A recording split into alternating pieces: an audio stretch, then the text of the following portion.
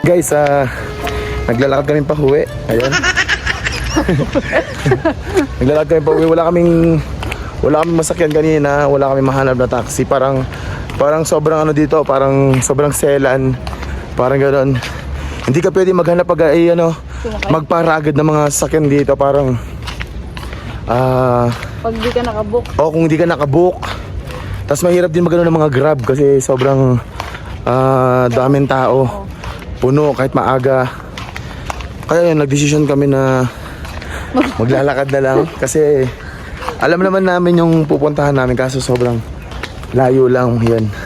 Pero kaya naman, kahit hindi. Ay, naglalakad kami, sobrang layo guys. Oh. Kami lang ang tao guys. Oh. Dito lang to sa Baguio guys. Sa Baguio to.